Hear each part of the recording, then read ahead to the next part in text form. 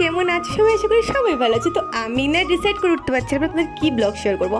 তো আজকে আমার ভিউয়ার্সরা মানে আমার লাইভে তারা আমার এই বুদ্ধিটা দিলা, তুমি কোনো রান্নার ভিডিও দাও।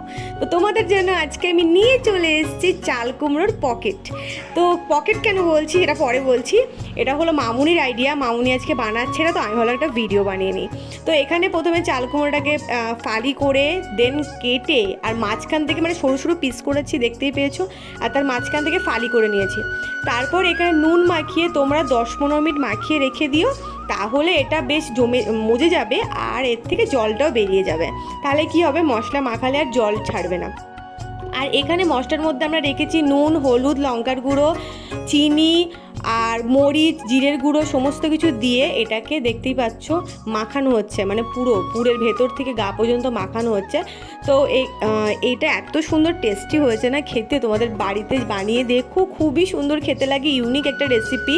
আমি ভাবলাম শেয়ার করি, আশা করি খুব কম লোকই শেয়ার করেছে। তো যাই হোক, এখানে তেলটা একদম গরম করে হালকা আঁচে করো, না হলে কিন্তু একটা পুড়ে যাবে, সেদ্ধ হবে না। সেদ্ধ করার কোনো প্রয়োজন নেই, এইভাবেই করা যায়। তো তারপরে ঢাকা দিয়ে এপিট ওপিট লাল লাল করে ভেজে নিয়ে তৈরি হয়ে যাবে তোমাদের চাল কুমড়োর পকেট। তো প্লিজ বাড়িতে বানিয়ে ট্রাই করো, কেমন হয়েছে ভিডিওটা আমাকে জানিও, তাহলে আমি আরও তোমাদের রান্নার ভিডিও শেয়ার করব। আর ঝপঝপ করে বানিয়ে খেয়ে ফেলো, একদম দেরি করো না।